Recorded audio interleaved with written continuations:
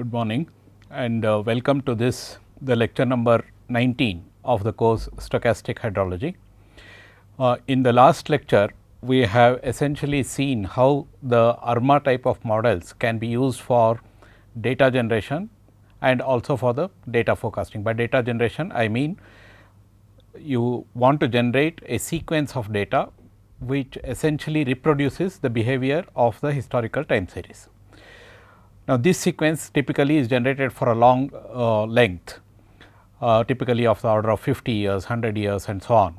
And in fact, in certain cases where we would like to use this data for examining the performance of the system, long term performance of the system, we go as long as 200 years, 300 years and so on using these type of models. Then we also saw how we use the ARMA models for one time step ahead forecasting, that is standing at the end of a particular month, let us say June month, you would like to forecast what would be the stream flow during the next month. So, this is called as one time step ahead forecasting. The ARMA models can also be used for two time step ahead forecasting, three time step ahead forecasting and so on. Then in the previous lecture, we also saw some case studies. We started with the case study of a daily rainfall in an urban area. Typically, we took the Bangalore rainfall data on that, and then we saw from daily rainfall, if we aggregate it to monthly rainfall, how the behavior changes. In the daily rainfall, we did not see any periodicities. In fact, the daily rainfall behaved much like a completely random process, in the sense that the values were all uncorrelated, we could not detect any significant correlation, autocorrelation, and the spectrum showed that it behaves more or less like a white noise. But when we aggregated this to a monthly time series, that is simply adding up all the daily rainfall values into a monthly rainfall value,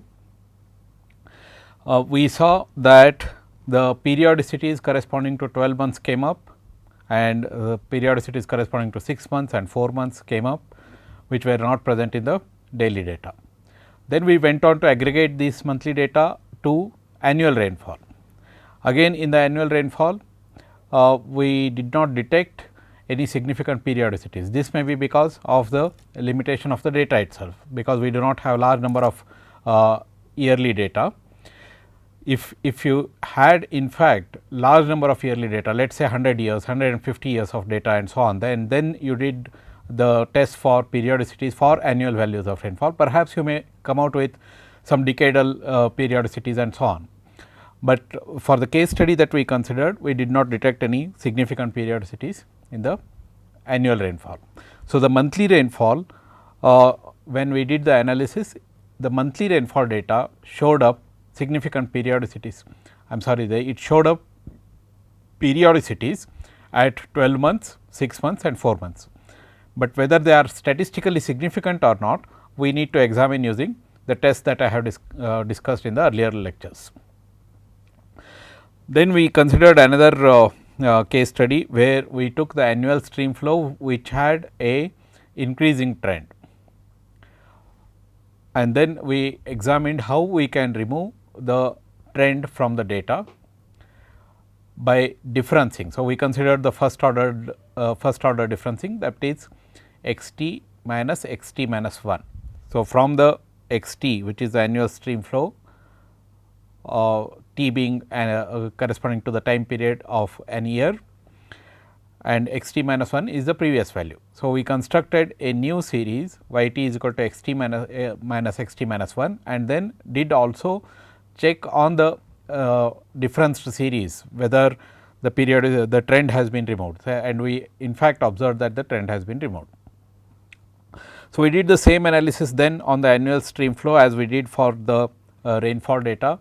We examined the correlogram, the spectral density, the partial autocorrelations and so on, and that was based on this analysis that we said it may perhaps follow a purely AR model, AR2 perhaps, because the number of partial autocorrelations that were significant in that case study was 2. Then we considered the monthly stream flow of the Kaveri river at KRS reservoir.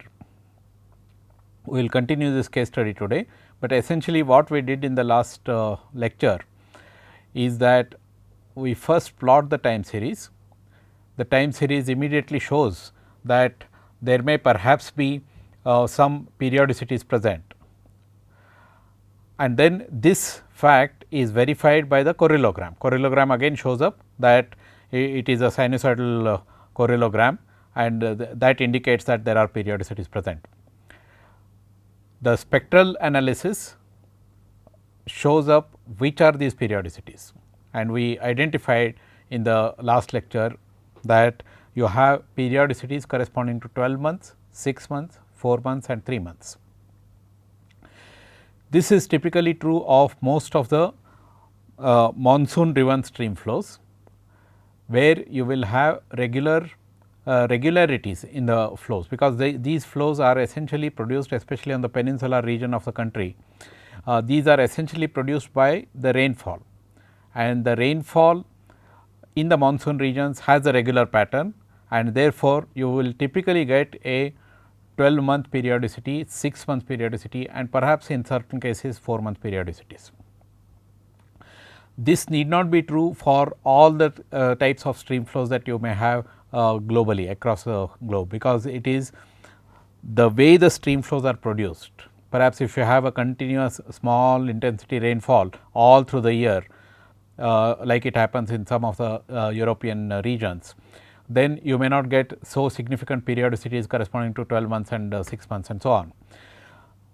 And therefore, the information that the data is giving us is important with respect to the region in which we are present and the particular process, the particular physical process by which these variables are generated. What I mean by that is, here in the daily, monthly and annual rainfall, perhaps these may be monsoon driven rainfall, or at certain level, certain daily levels, it may be just a convective type of rainfall and so on. So, the periodicities that you examine or the periodicities that come up and the correlations, lag correlations that come up will all depend on how these are actually generated and what kind of relationships that exist with respect to the process that has taken place in the earlier time periods. We will continue with the third case study, that is the stream flow, monthly stream flow at KRS reservoir. And remember, in all earlier cases that I discussed in the last lecture, we did not go on to build the models. We just looked at the spectral density, we looked at the correlogram, we also looked at the partial autocorrelations, and then tried to get what is the best information that we can extract from these analyses. So, now we will proceed with the case study 3 and see how we build the models and how we test the models for validity or validation tests we carry out. So, these are case studies on ARMA models. We are considering case study 3, where we are looking at the monthly stream flow in cubic meters per second. It is also denoted as QMEX, and we are taking the period 1934 to 1974, and this is for Kaveri river at Krishnarajasagar reservoir. Now, the time series of the data, autocorrelation function, partial autocorrelation function and power spectrum are plotted, and I showed it in the last lecture, but for completeness we will again see those plots. Now, this time series indicates presence of periodicities. We would then ask the question, how do we remove these periodicities? And one of the ways of doing that will be keep on differencing the series, consider the first difference, second difference, third difference, etc., and keep examining the difference series for the presence of periodicities until you are satisfied that all the periodicities have been removed from the data. Another way of doing it, as I discussed in one of the earlier lectures, is that you can use standardization. So, we use the standardization. By standardization, I mean ZT, you construct a new series ZT is equal to XT minus X bar I by Si. So, that is how you construct the standardized time series. I will just come to that again. So, this is how the time series looks like. Always the first step when we do time series analysis is once you have the data on the particular process, in this particular case we are considering the stream flow, simply plot the data as a time series. So, time on the x axis and the particular variable on the y axis. The time series plot shows certain type of regularity here, like this. It is going in a regular manner. So, it shows that there is certain kind of inherent regularity or periodicity present in the data, which as I said can be expected in most of the monsoon driven stream flows and typically you get high flows during the monsoon periods and very low flows during non monsoon periods and so on. So, this keeps on oscillating like this. Now, this information content comes up more clearly when we plot the correlogram. So, we plot the correlogram. Correlogram shows a sinusoidal variation like this, it is going on in a periodic manner. So, it shows that there is definite periodicity present in the data. Also, in most of the correlograms you will observe, especially in the hydrologic time series, especially when I are considering the flows, monthly flows etc., there is a slow decay in the correlogram. As you can see here, there is a slow decay in the correlogram. Although most of the correlations are still significant, as you can see, these are the significance bands. How do we plot these significance bands? Plus or minus 2 by root n. So, this significance band is simply 2 by root n,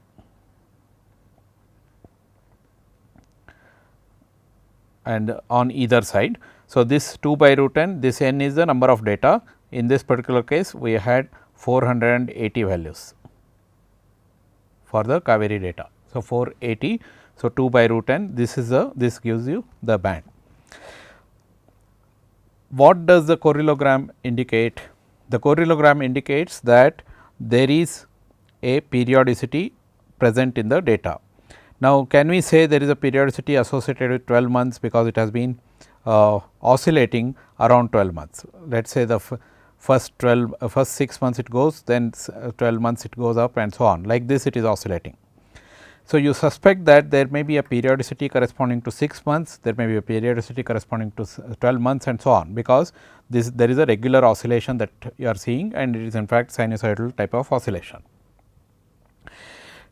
To confirm that there indeed is a periodicity present in the data and to look at which are these periodicities that are being thrown up from the data, we do the spectral analysis. So, recall that in the spectral analysis we convert the time domain information, the time series into we convert the time series into a frequency series in the frequency domain, and then we analyze the same time series x t in the frequency domain and then look at the distribution of the frequencies or the variance that exists in different bands of frequencies. Let us not lose the sight of what we are doing. In the spectral analysis especially, we are looking at the time domain having been constituted of a large number of frequencies, and then we are looking at the variance content or the which of these frequency bands contribute more to the variance that has been observed in the data,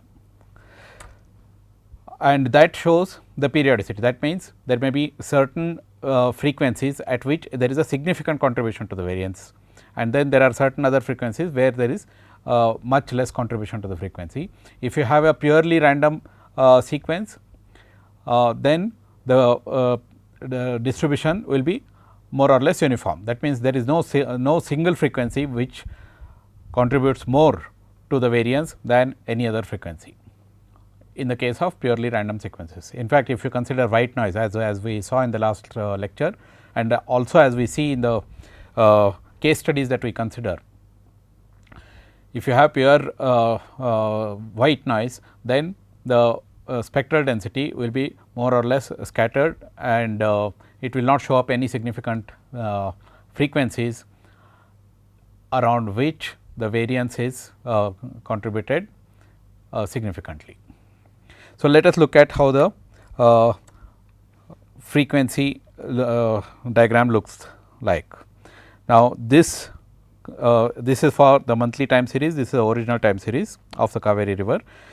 You get a periodicity corresponding to W k is equal to somewhere around 0.52 or some such thing. So, this in fact corresponds to a periodicity of 12 months. How do we get it? We get it from W k is equal to 2 pi by p. So, simply do 2 pi by whatever value that you get here, 0.52 or some such thing. When you do the tabulation, you will know this. So, this is around 0.52, and therefore, the periodicity comes out to be 12 months. Similarly, the periodicity corresponding to this spike is 6 months, and this is 4 months, and this is 3 months, and so on. So, what was not so obvious in the correlogram? In the correlogram, you only noticed that yes, there may be certain periodicity in the data, because it is oscillating in a sinusoidal manner and there is a regularity in these oscillations. It is also decaying slowly with respect to lag, and therefore, you suspected that there is a periodicity present in this data. Now, this information comes up more strongly in the spectral density. So, when you plot the spectral density, you will see that there are spikes present in the spectrum. So, this spike corresponds to a periodicity of 12 months. We convert the omega k that you get here. These are denoted both W k as well as omega k. This corresponds to 12 months, 6 months, 4 months and 3 months. We also look at the partial autocorrelation function. So, this is for the original series. You see that there are several partial autocorrelations that are significant. Typically, when we are looking at the partial autocorrelations, we look at initial lags. These farther away points are not so important when we are looking at the partial autocorrelations. We may be looking at, let us say, up to first 50, first 60 and so on. So, there are certain, in this particular case 480 values are there. So, you can look up to about 15% of the total data. So, you look at these partial autocorrelations, you see that there are partial autocorrelations which are also significant. How do we use the partial information provided by the partial autocorrelations? As I mentioned in the identification of the models, you look at both the correlogram as well as the partial autocorrelations to see whether the model can be approximated with the AR model or AMA model. If you have the correlogram slowly decaying, which in this case we have observed that it is, and you have some significant partial autocorrelations present, then you may suspect that you may model it with an AR model, and the number of terms of AR model corresponds to the number of significant partial autocorrelations when you have seen that the correlogram is showing a slow decay. It may be an exponential type of decay, or as we saw in this particular case, it may be a sinusoidal form of decay. Now, this is the information that we get from the data analysis. So, typically in any of the data analysis, we do this, that we plot the time series first, we see if there are any periodicities that are indicated in this. In fact, in the earlier case study that we considered, the moment we plotted the time series, the annual stream flow case study that you can look back, it immediately showed that there is a trend. So, the time series plot itself gives us an important insight into the type of process that we are dealing with, and therefore, the first step always is to look at the time series. Now, when we are considering the stream flows, you must remember that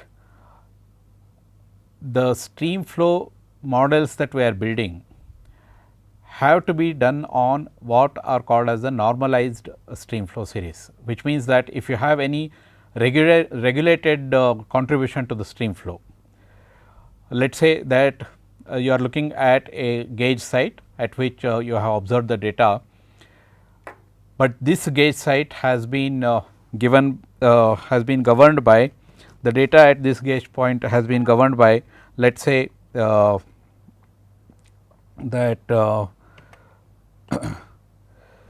let me show the particular feature that I am just mentioning.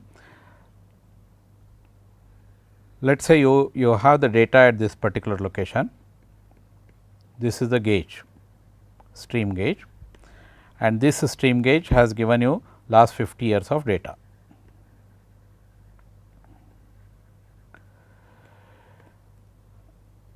And you may have a reservoir here. Let us say you may have a reservoir like this, and what you are getting here is regulated flows from the reservoir. What do I mean by that? You are having a controlled flows let down into the stream, and this gauge is measuring only the controlled flows. Perhaps in addition it may have its own catchment here, it has its own catchment. So, you are getting a regulated flow plus the catchment flow. So, when we are doing the time series analysis, we must make sure that the effect of this upstream structure is removed in some sense. There are ways of doing it, perhaps in the applications part I may discuss some of these methods. You remove the effect of the upstream structure, construct the time series. This was observed time series, which is from the regulated flows and plus the catchment area. You construct a normalized time series.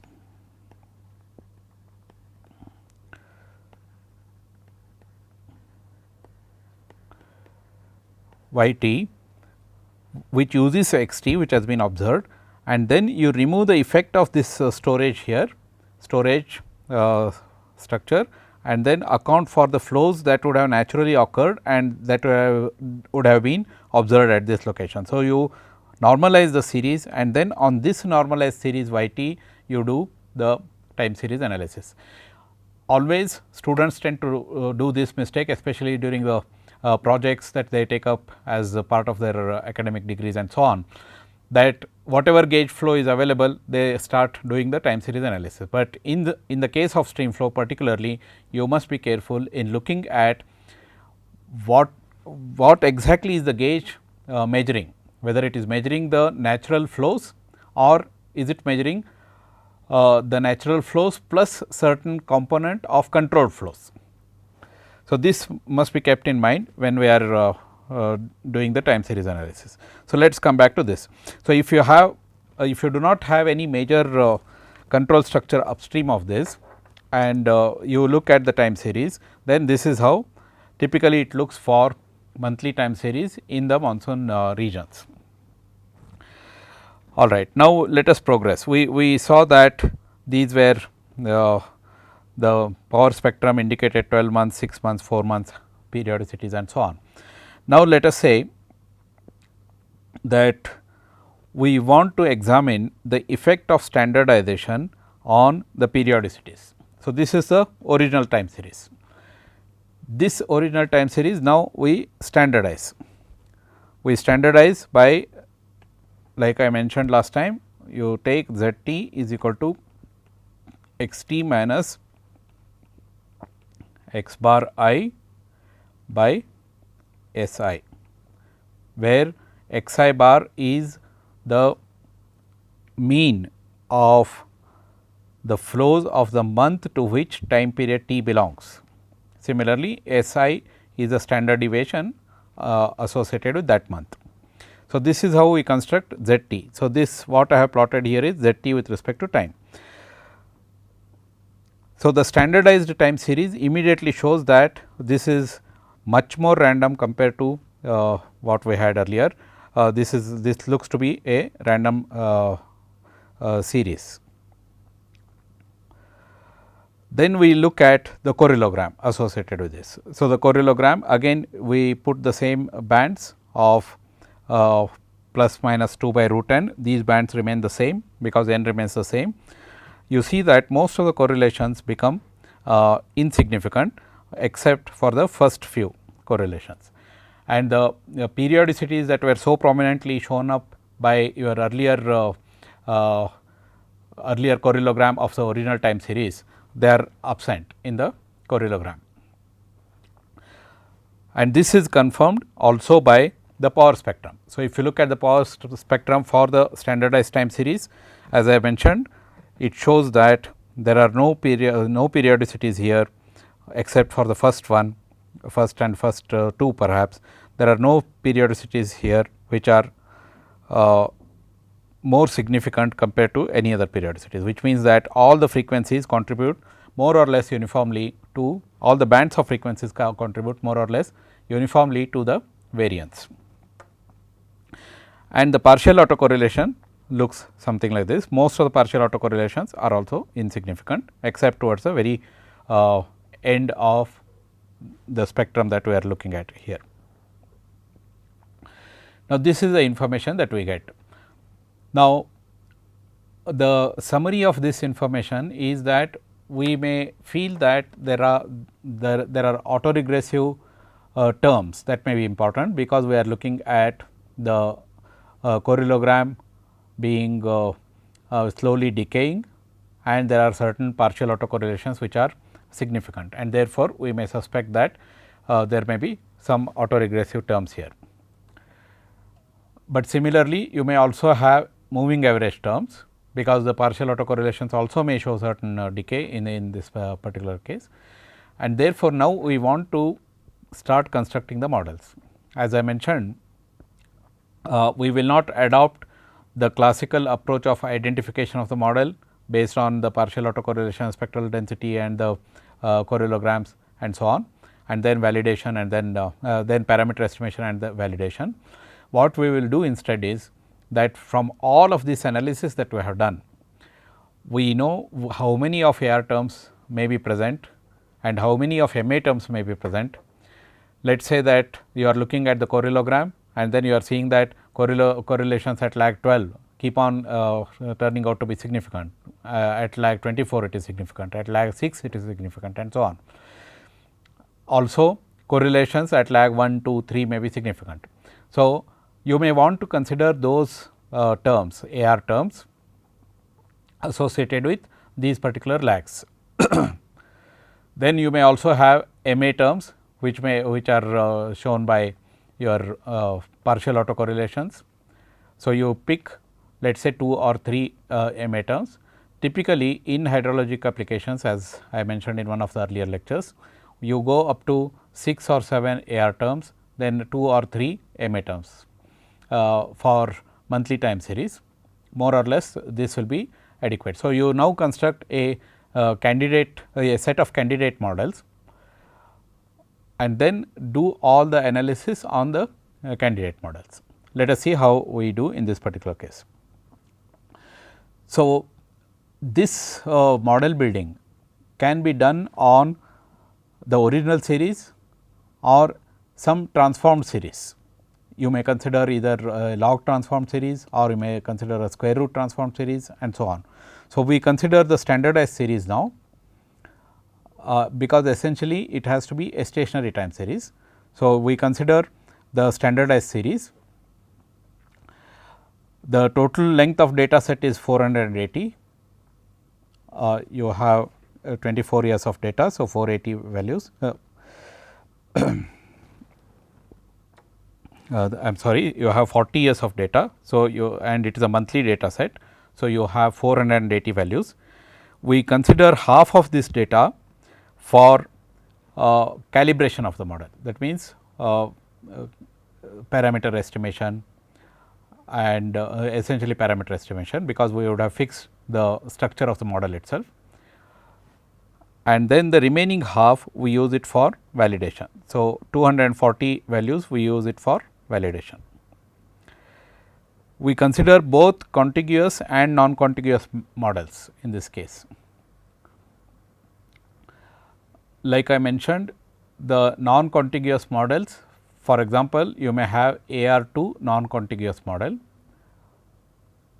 which considers x t minus 1 and perhaps x t minus 12. You know that there is a significant correlation still present in the standardized series at lag 12. So, you would like to put lag 12 there. But in the contiguous model, if you want to put lag 12, what you will do? Phi 1, phi 2, phi 3 etcetera, up to phi 12 you have to go, which means the number of terms you are increasing, number of parameters you are increasing.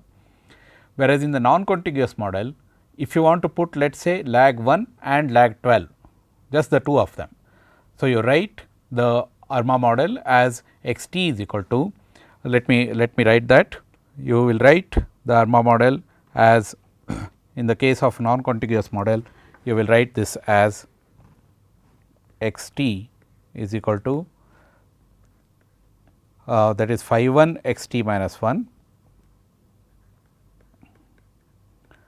plus phi 2 x t minus 12 will take plus epsilon t or something. This is a noise term.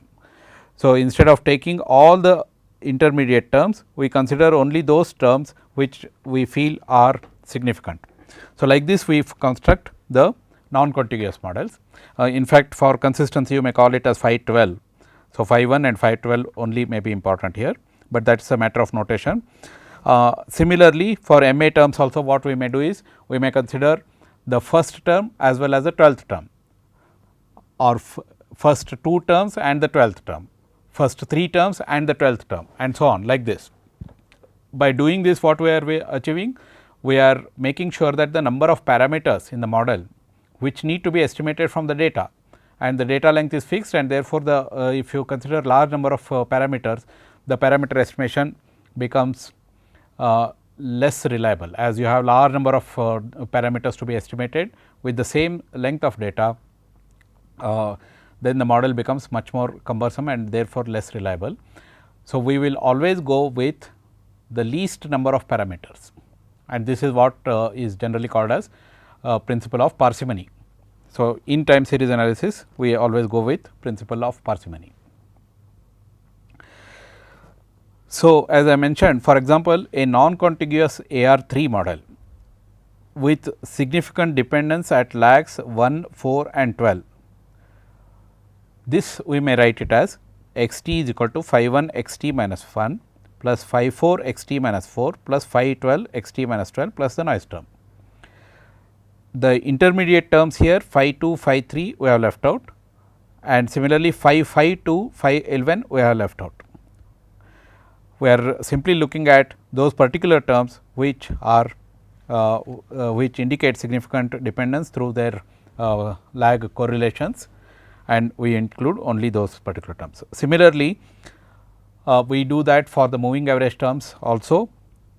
We write the moving average terms for a ARMA 3 model, let us say, where we are considering same lags 1, 4 and 12. Then we write phi 1 x t minus 1 plus phi 4 x t minus 4 plus phi 12 x t minus 12 plus the same dependencies we take theta 1 e t minus 1 plus theta 4 e t minus 4 plus theta 12 e t minus 12 plus the noise term. So, this is how a non-contiguous ARMA 3 model is written.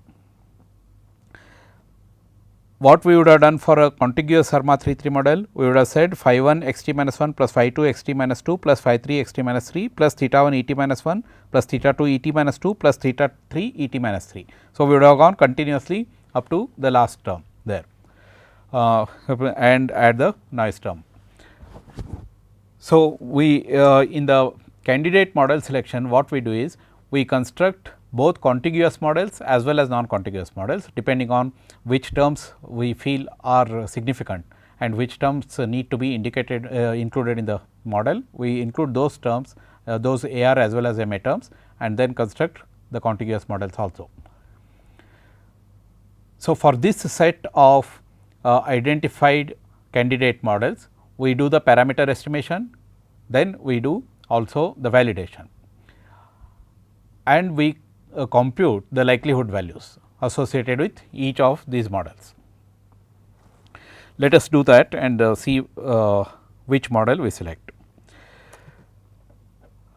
In the contiguous model, as I said, exactly which terms to include is to be decided based on the correlogram and spectral analysis of the series under consideration. So, correlogram typically shows up some of the significant lags. So, look at the correlogram and then include those particular terms. Now, let us say you had a series of a set of contiguous models and another set of non-contiguous models. Which one do you choose? As I mentioned, you compute the likelihood values for each of these models, then look at the maximum likelihood value from each of this. So, one model comes up from the contiguous, another model comes up from the non-contiguous. Now, this is now a matter of judgment. You may either look at the likelihood value itself, if there is a significant difference between the maximum likelihood value of the non-contiguous models compared to the maximum likelihood value of the contiguous models, then you have to choose that particular model, either the contiguous or the non-contiguous, which gives you whose likelihood value is more than the other one. Whereas, if they are quite close to each other, if the maximum likelihood values of the candidate models of the models that you have selected are close to each other, then you may go with the particular model which has lesser number of parameters. So, let us see what happens in this particular case. We compute the likelihood value for each of the models. These are the candidate models that we considered for the contiguous case, ARMA 10, 20, 30, 40 etc. up to 60. Then we start including the MA terms 1, 2, we go up to maximum of 2 terms, then we go up to AR 3 terms in the case of ARMA 31. So, these are the candidate models we consider. We went up to AR 6 because your correlogram showed that there may be certain correlations which are significant. So, that gives us an idea of, see here you are seeing standardized series, there are quite a few significant correlations. So, you have gone up to AR 6. Similarly, the partial autocorrelations show that there may be some significant partial autocorrelations up to about 6. So, you want to include the AR up to AR 6, in fact, you can go up to AR 10 and so on, just to make sure that you do not miss the actual model. But typically, the MA terms we consider for only up to 1, only up to 2 or maximum 3 in several cases. Then you go up to ARMA 3 1. So, this is how we constructed the candidate models. In fact, ARMA 3 2 also can be one of the models. So, for each of these models, these are contiguous models. So, you know how to formulate the models.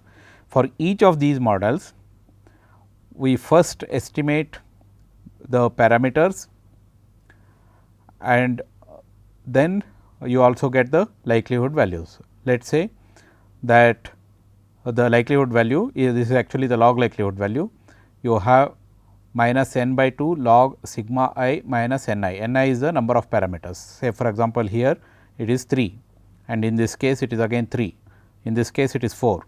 So, the total number of parameters, sigma I is the variance of the residual. For any of these models, you would have computed the parameters, then in the calibration period you would have got the residuals and that residual variance is sigma I. So, n is the total number of values, in this case it is 480. So, you know for every model you can get the likelihood value. So, like this you get the likelihood values for each of these models.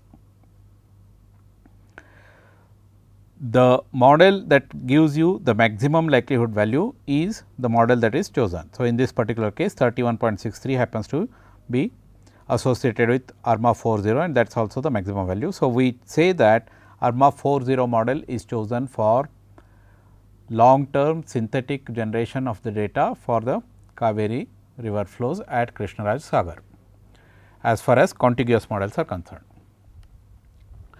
Now, we will do this also for the non-contiguous models. We construct the non-contiguous models every time taking the last term to be x t minus 12 or E t minus 12. That means, the 12th lag we are taking it as significant. So, the last A r and M a terms correspond to the 12th lag. Let me see if we have, let us say that I want to write ARMA 20 non-contiguous model with the 12th lag. How do I write this? I will write this particular model as non-contiguous model. This is non-contiguous model. So, I will write this as x t is equal to phi 1 x t minus 1. The first term I keep it the same. The second term I will put it as x t minus 12, x t minus 12.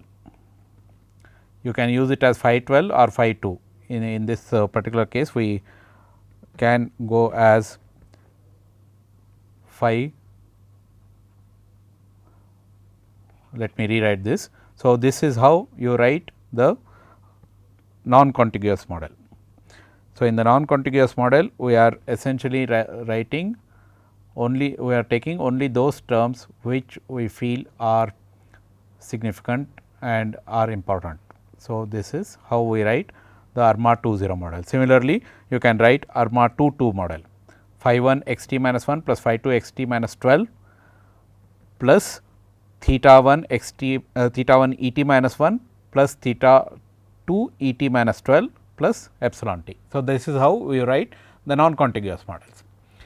Once you write these models, you can go to your parameter estimation algorithms and estimate the parameters and apply these models to the calibration data. In this particular case, the first 240 values we apply, get the residuals, get the variance of the residuals and then calculate the likelihood value.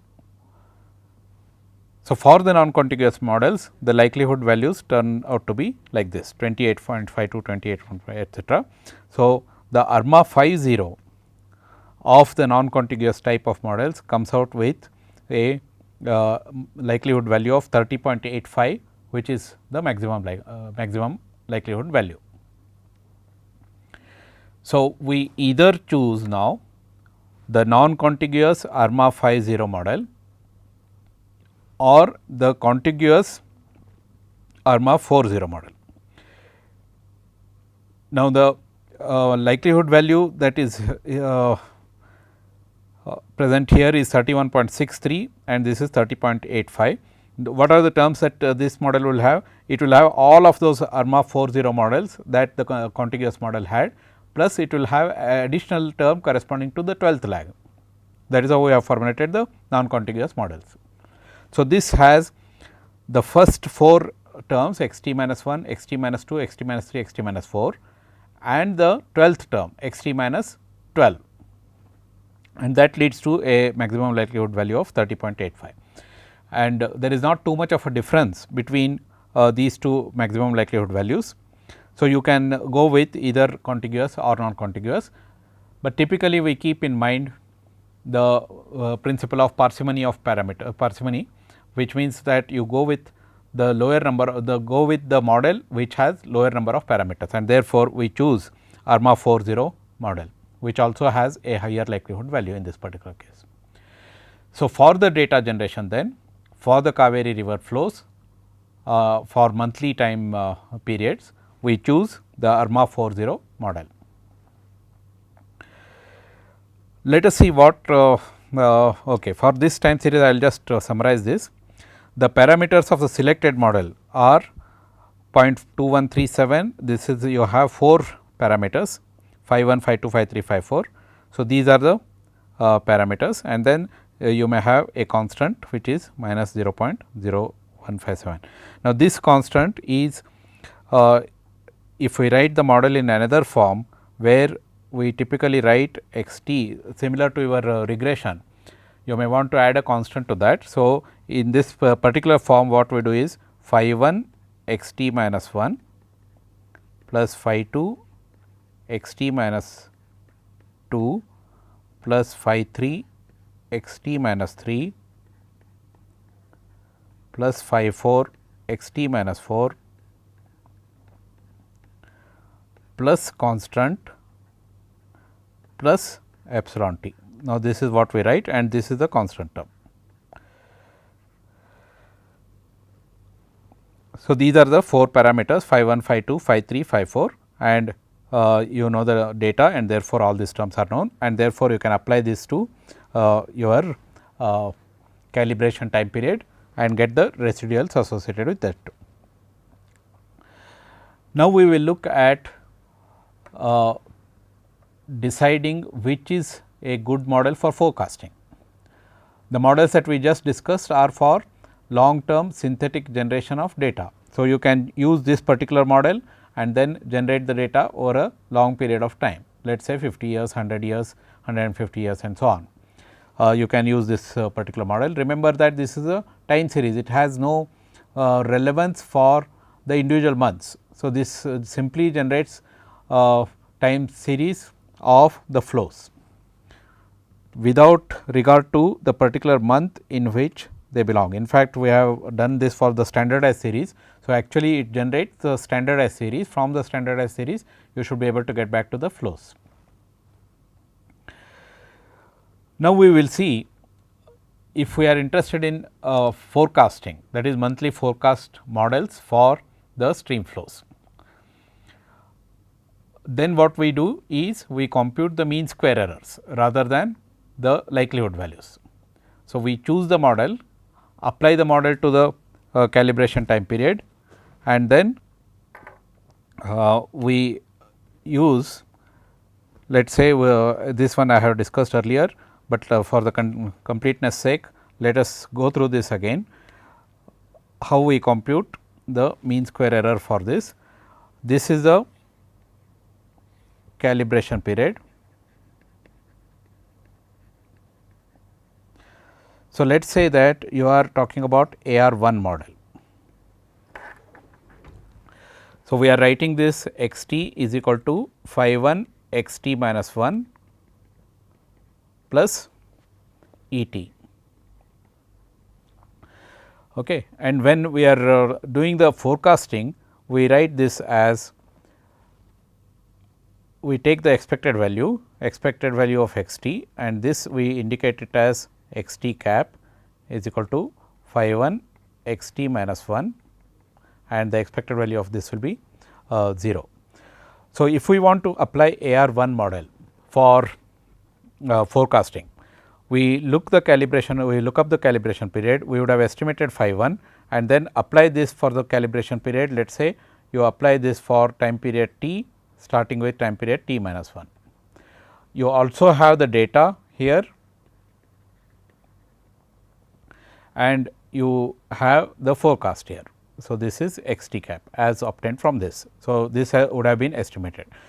Now, x t minus x t cap will give you the residual and from this we obtain the residual variance. So, essentially then what we are doing is the errors that we get from here. So, error E t will be equal to x t minus x t cap, this is the error. Then we get the mean square error. So, from this we get the mean square error.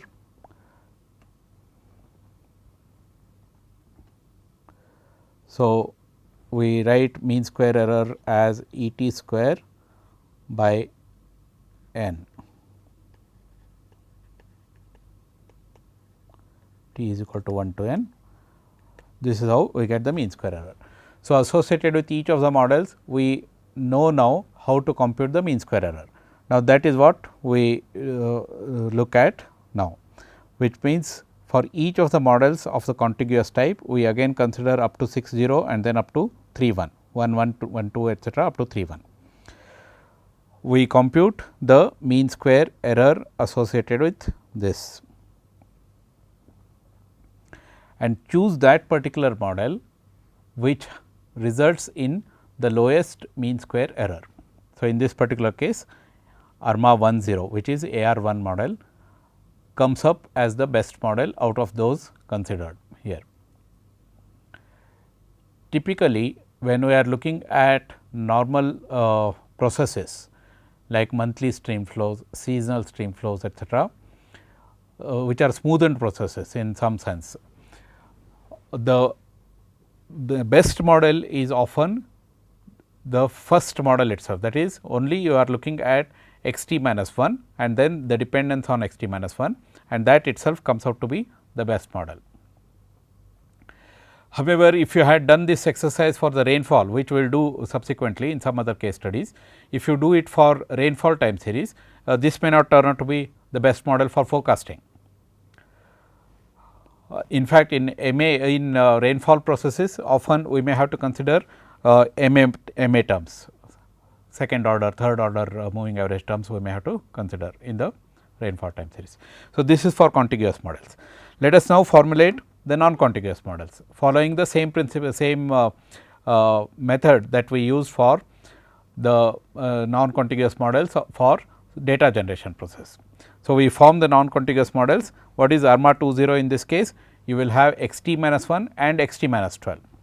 Similarly, ARMA 70 will have x t minus 1, x t minus 2 etcetera, x t minus 6 and x t minus 12. So, the last term of any of these models will correspond to a lag of 12, both in terms of AR terms as well as in terms of the MA terms. So, MA, when you have two terms, the first term will be E t minus 1, the second term will be E t minus 12. So, that is how we construct the non-contiguous models. So, these are the candidate models that we consider. Then we formulate the models. So, you will know how many parameters. The parameters are estimated by going through any of the algorithms. Typically, we use the MATLAB algorithm RMAX, as I showed in one of the earlier classes. Once you know the parameters, we apply these models to the calibration time period, which is the first 240 values, get the errors associated with that and then calculate the mean square error. That is a mean square error value that comes up here. So, these are the mean square error values, and again here you get ARMA 20 as the best model, which is which gives you a mean square error of 0.96, corresponding to the earlier contiguous models gave a mean square error of 0.97. So, the mean square errors are more or less the same in both the cases. So, you can choose either ARMA 20 which is a non-contiguous, which will have two parameters phi 1 and phi 2, x t minus 1 and x t minus 12, or you may choose ARMA 10 model, which is phi 1 x t minus 1. Now, this is how you select models for long term synthetic generation as well as for short term forecasting models. For one time step ahead forecasting, as I mentioned, often the simplest model is appropriate, because you are doing a time series forecasting, and as long as the processes that we are considering are smoothened processes, for example, monthly stream flows, seasonal stream flows etcetera, then the simplest model will work well for the forecasting. As the number of parameters increases, the MSE increases in this particular case. As you can see here, the MSE is generally increasing as the number of parameters increase, 1.89, 2.84 etcetera for the non-contiguous models. Similarly, for contiguous models 1.92, 2.87 etcetera, it goes up to 6. Then again here 1 you have two parameters, then it keeps on, not necessarily, but by and large it keeps increasing. So, in this case you have 4 parameters, which is 1.89. So, in general it appears to be the MSE value appears to increase in this particular case for as the number of parameters increase. The AR1 model is recommended for forecasting in this particular case, and the parameters for this are phi 1 is equal to 0.2557 and C is equal to minus 0.009. So, what did we do? We built two models now. By considering a large number of candidate models, we selected one model which was ARMA 40, which is AR4 for long term synthetic generation of the data, and we chose AR1, the contiguous AR1, which only considers phi 1 xt minus 1 as the model suitable for forecasting. So, this is how we select from among a number of candidate models which model is the best for that particular purpose. For long term synthetic generation, we consider the maximum likelihood, and for short term one time step ahead forecasting, we consider the minimum mean square error, and then we choose these two models. The parameters have been fixed. When we choose the particular models, the parameters have been already estimated. Now, what we do is we apply these so chosen models on the remaining part of the data and get the residuals. The residuals that you so obtain must satisfy the conditions that we set forth earlier, that namely that the residuals must have a 0 mean, they should all be uncorrelated, and they should be devoid of periodicity. So, these are the tests that we conduct once we choose the particular model. So, the models that we choose must pass all these tests, only then we recommend that particular model for the purpose for which it is meant.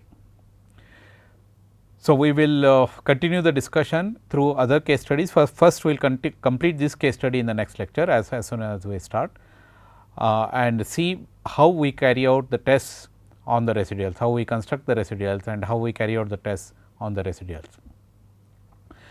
So, in today's lecture then we essentially continued with the case study number 3 that we started in the last class, and we built these models both for long term synthetic generation as well as for short term one time step ahead forecasting. We will continue the discussion in the next class. Thank you for your attention.